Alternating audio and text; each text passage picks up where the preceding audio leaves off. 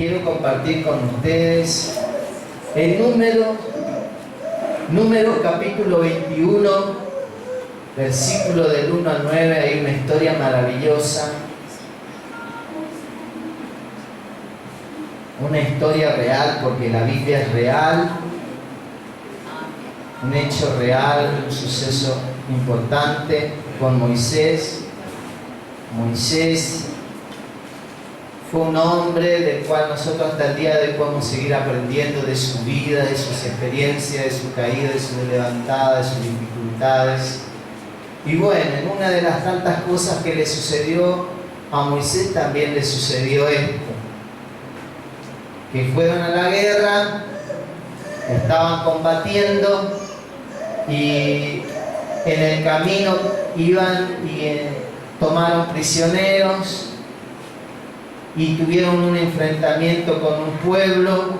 Entonces Israel hizo voto con el Señor y dijo: si en efecto entregares este pueblo en mi mano, yo destruiré sus ciudades. Y el Señor escuchó la voz de Israel y entregó al cananeo y los destruyó a ellos y a sus ciudades, y llamó el nombre de aquel lugar Horma. Después partieron del monte de Hor, camino al Mar Rojo, para rodear la tierra de Edom, y se desanimó el pueblo por el camino. Y habló el pueblo contra Dios y contra Moisés: ¿por qué nos hiciste subir de Egipto para que muramos en este desierto?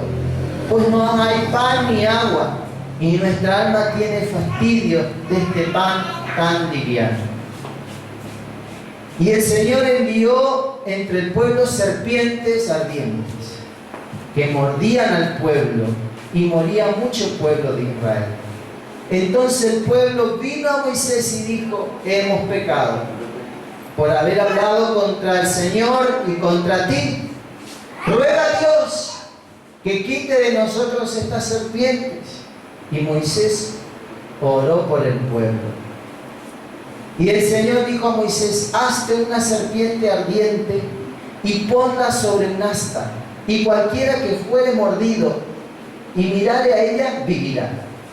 Y Moisés hizo una serpiente de bronce y la puso sobre un asta. Y cuando alguna serpiente mordía a alguno, miraba la serpiente de bronce y vivía. ¡Qué historia maravillosa!, ¿no? Este pueblo había tenido victoria, habían pasado por situaciones maravillosas, pero también se cansaron, se fatigaron. ¿Y vieron cuando uno está cansado? Cuando uno está fatigado, cuando uno está estresado, dice, hace y toma decisiones equivocadas. Y bueno, este pueblo estaba cansado, estaba estresado, estaba fastidiado, y empezó a hablar mal en contra de Dios y en contra de sus ministros. No sé si a usted le pasa alguna vez, pero a veces uno se cansa, a uno a veces se desanima y se deja llevar por los sentimientos, por cualquier pensamiento que viene a la mente, y dice lo que se le viene a la boca. Por eso nosotros le aconsejamos a la gente siempre, por experiencia propia, que cuando está estresado, cuando está cansado, mute. No tome decisiones, no hable, descanse. Porque si no, decimos cualquier cosa, decimos cosas que no tenemos que decir, hablamos cosas que no tenemos que hablar. Los matrimonios se pelean, las parejas se pelean, y están en esa euforia, están en ese enojo, están cansados de la situación y se dicen lo que le viene a la boca. Y esas palabras hieren, y esas palabras tienen sus consecuencias.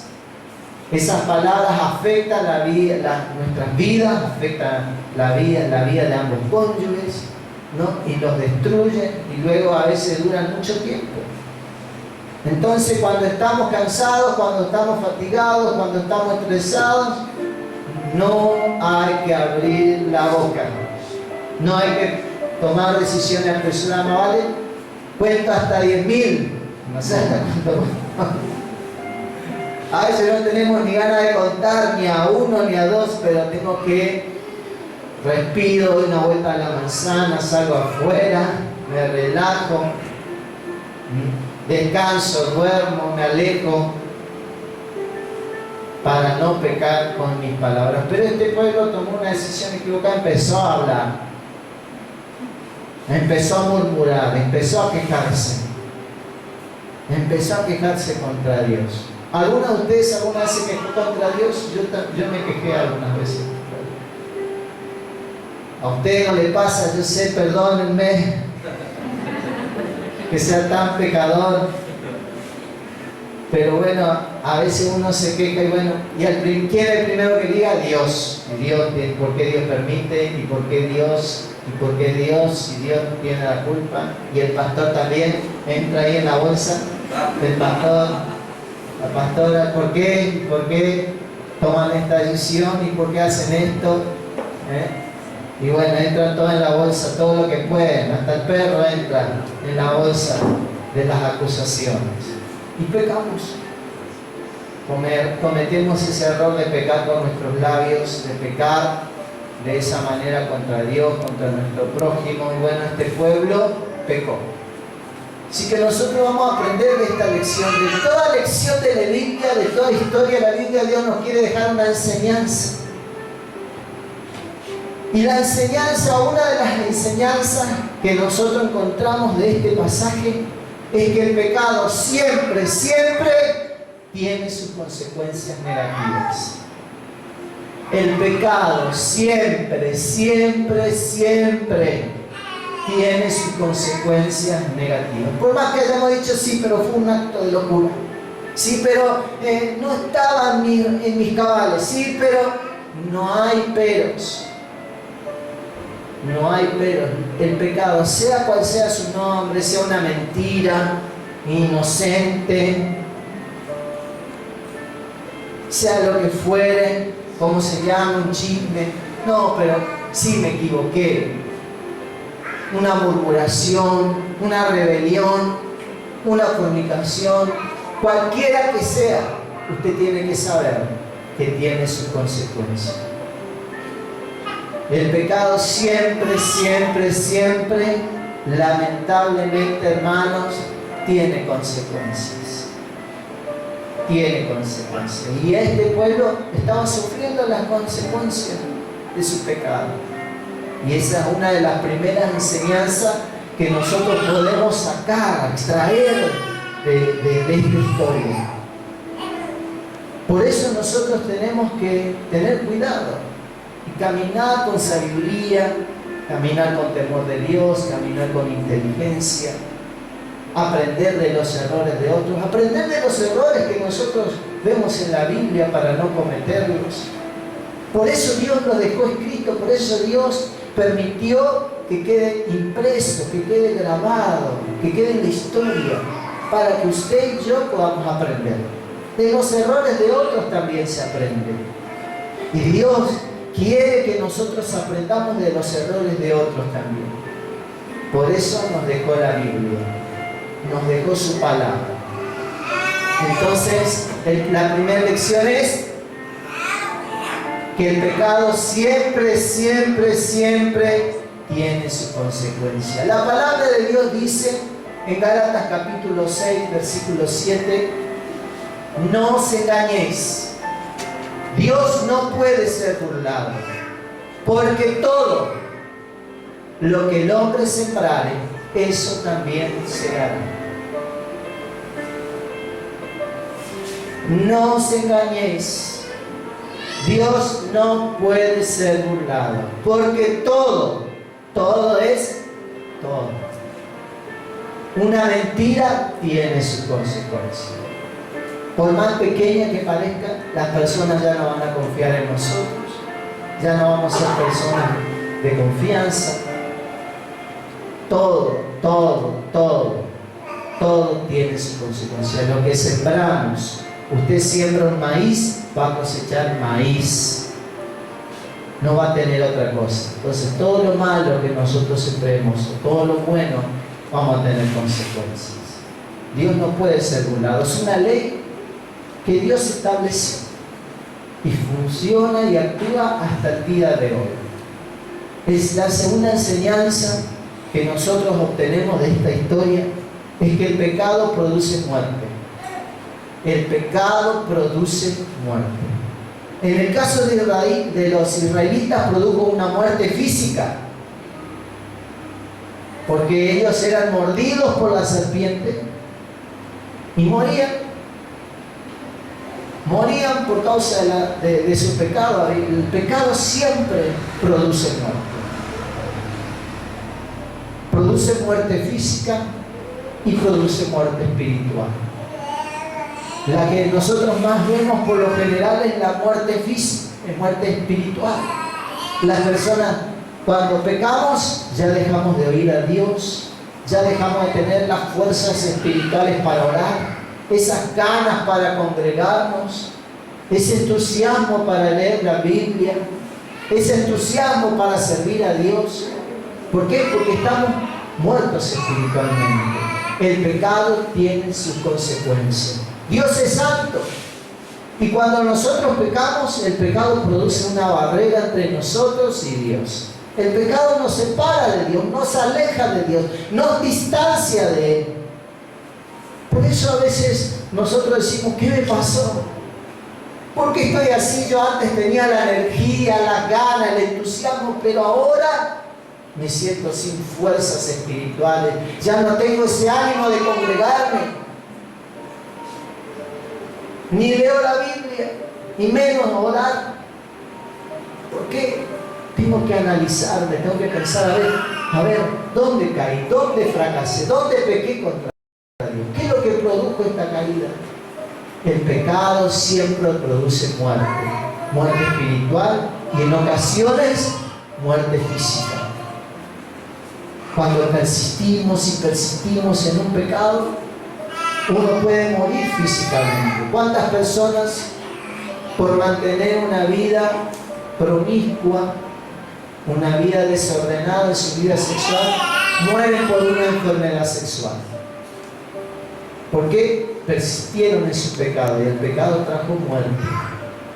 ¿Cuántas personas fueron tercas en su conducta y murieron en su pecado? El pecado siempre produce muerte.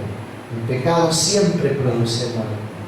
En Romanos capítulo 6, versículo 23 dice, porque la paga del pecado es muerte. Porque la paga del pecado es muerte.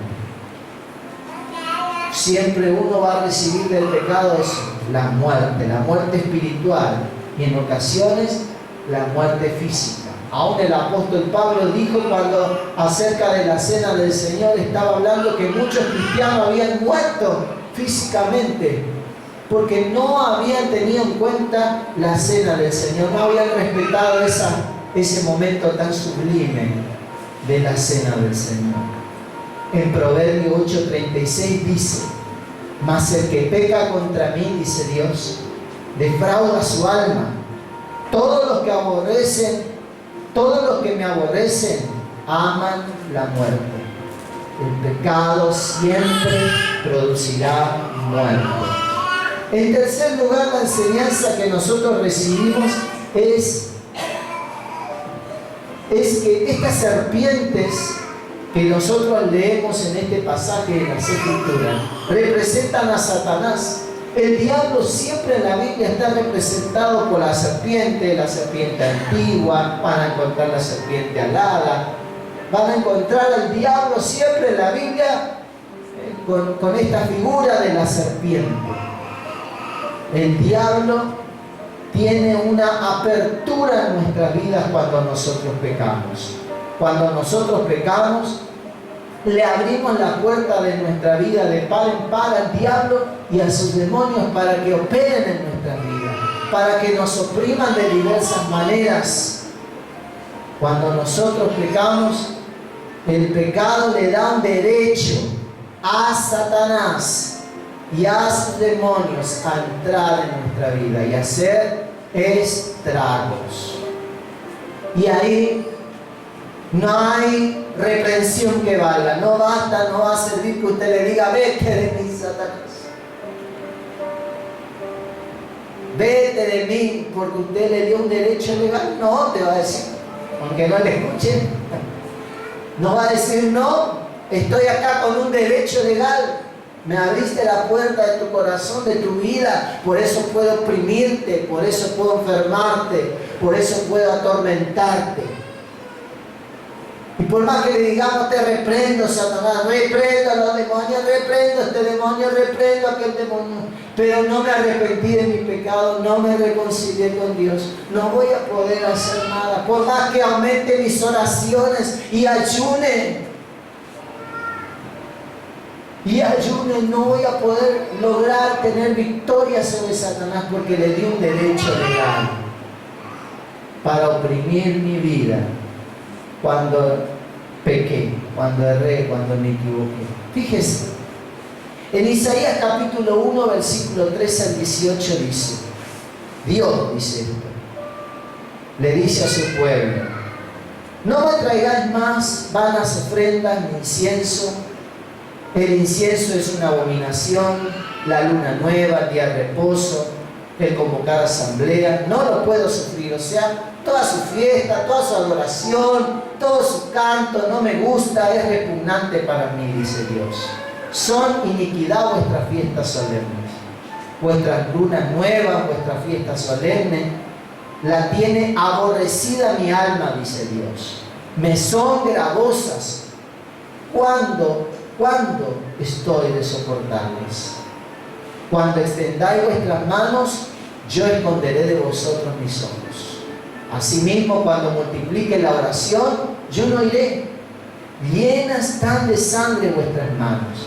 Lavaos, limpiaos, quitad la iniquidad de vuestras obras de delante de mis ojos.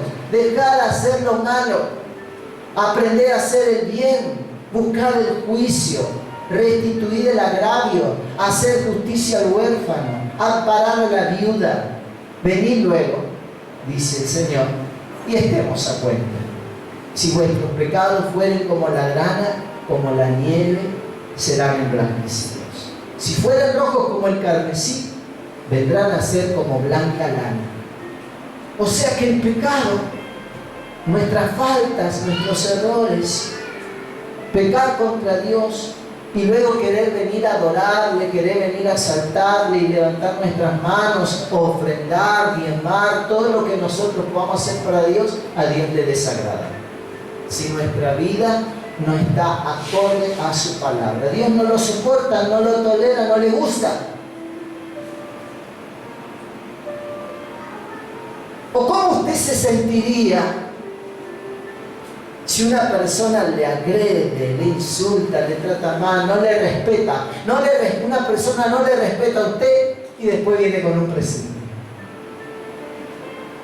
Después viene con un regalo como si nada hubiese pasado y no soluciona las rivalidades, las dificultades que hay entre usted y la otra persona. ¿Cómo se sentiría usted, dígame? Despreciaría ese regalo. Despreciaría lo que esa persona le ofrece, porque hay algo en su corazón en contra de la otra persona. Y lo mismo en Dios, es una persona. Lo mismo pasa con nuestro Padre Celestial, lo mismo es con Dios. Por eso Él dice, hagan estas cosas, pórtense bien, comiencen a hacer lo bueno, comiencen a apartarse de aquellas cosas que yo aborrezco. Y entonces vamos a venir, sentate conmigo, vamos a ponernos a cuenta. Y si pecaste contra mí, yo te perdono, yo te lavo, yo te limpio, yo te renuevo, renovamos nuestra relación. Y ahí sí te voy a escuchar. El pecado rompe nuestra relación con Dios y le abre la puerta a Satanás para que Él nos oprima.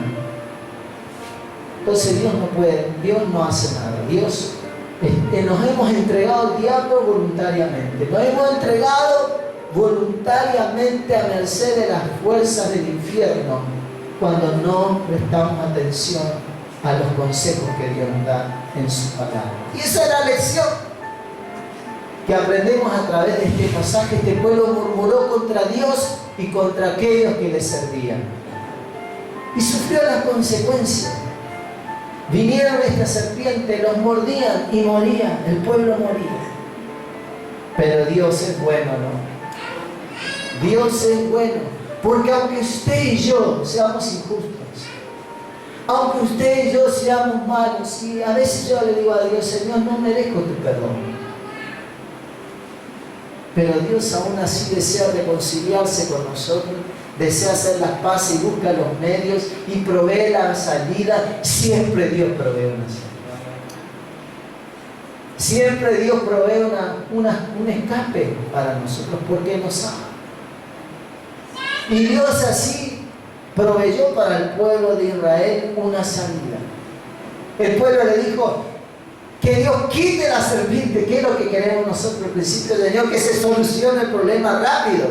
Pero a veces las respuestas y las soluciones del Señor no son como nosotros esperamos. Ellos esperaban que las serpientes desaparezcan, que el mal desaparezca de uno. Y Dios proveyó otra solución. Dios proveyó otra salida. Le dijo a Moisés: te vas a fabricar una serpiente de bronce, la vas a alzar, como usted está viendo en la imagen, en un poste lo vas a poner alto, y cuando alguien es mordido por una serpiente, mirará a la serpiente que construiste y se salvará su vida. Esa fue la solución que Dios proveyó para que el pueblo, entonces cada vez que eran mordidos por las serpientes, ellos alzaban su mirada y podían ver a la serpiente que construyó Moisés allá arriba, en el mástil, en ese asta, allá arriba. Y ponían su fe, ponían su confianza. Ahí cuando miraban ese asta, ponían ahí su confianza, ponían su fe y eran sanados, eran liberados.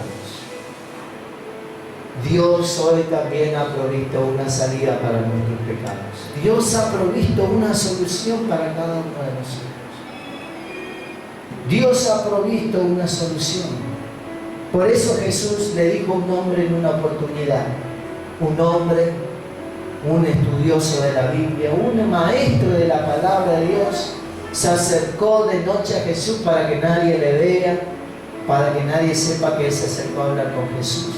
Y en la charla Jesús le dice, en Juan capítulo 3, versículo 14 al 15, como Moisés levantó la serpiente en el desierto, así es necesario que el Hijo del Hombre sea levantado, para que todo aquel que en él cree no se pierda, mas tenga vida eterna. Moisés levantó una serpiente de bronce sobre un asta, y la gente que ponía su fe, ponía su confianza en lo que había construido Moisés, era sano, salvaba su vida, porque había puesto su fe, había creído en eso. Yo me imagino que tal vez alguno en la época de Moisés habrá muerto porque no miraba con fe, no tenía expectativa de fe. Pero aquellos que miraban con fe, Jesús dijo, así como Moisés levantó a la serpiente en el desierto, así es necesario que el Hijo de Dios sea levantado. Y Jesús fue levantado también en la cruz. Jesús fue levantado en la cruz para que todos aquellos que miramos a Jesús, porque de alguna u otra manera usted y yo hemos sido mordidos por la serpiente antigua. Usted y yo hemos sufrido las consecuencias de nuestro pecado. Usted y yo nos hemos rebelado contra Dios. Usted y yo hemos pecado contra Dios, hemos hecho lo malo. Nos hemos apartado de Dios. Hemos reñido contra Dios, hemos murmurado contra Él y contra la gente. Y hemos sufrido las consecuencias. Pero Dios nos proveyó una salida. Dios ha provisto una salida. Y esa salida se llama Jesucristo. Cuando por la fe usted puede visualizar la cruz. Cuando por la fe usted y yo miramos a Jesús y reconocemos nuestra condición. Soy un pecador, soy un rebelde, soy un perverso, soy un malvado. Necesito un Salvador, necesito una ayuda. Cuando por la fe yo reconozco mi condición y miro a la cruz, miro a Jesús, puedo salvar mi alma de la muerte, puedo salvar mi vida, puedo ser sano, puedo ser libre de las consecuencias del pecado, puedo ser libre de la opresión de Satanás y de sus demonios cuando miro por fe a Cristo Jesús. Hay esperanza para nosotros. Hay esperanza para nosotros. Hay una salida en Jesús. Si te sientes mal espiritualmente, si te sientes débil, si no tienes fuerza, si te sientes oprimido por Satanás y sus demonios, hay esperanza para ti en Jesús. Si hoy puedes mirar la cruz. Cuando el pueblo de Israel miraba a la serpiente, estaba mirando por la fe hacia el futuro. Estaba mirando por la fe a Cristo, venciendo a Satanás en la cruz. Por eso dice en Colosenses 2:15, hablando de Jesús, y despojando a los principados y a las potestades, los exhibió públicamente, triunfando sobre ellos en la cruz. Esa serpiente levantada representaba la victoria de Cristo sobre Satanás, la serpiente antigua. Cristo venció a Satanás y sus demonios. Cristo venció al pecado en la cruz.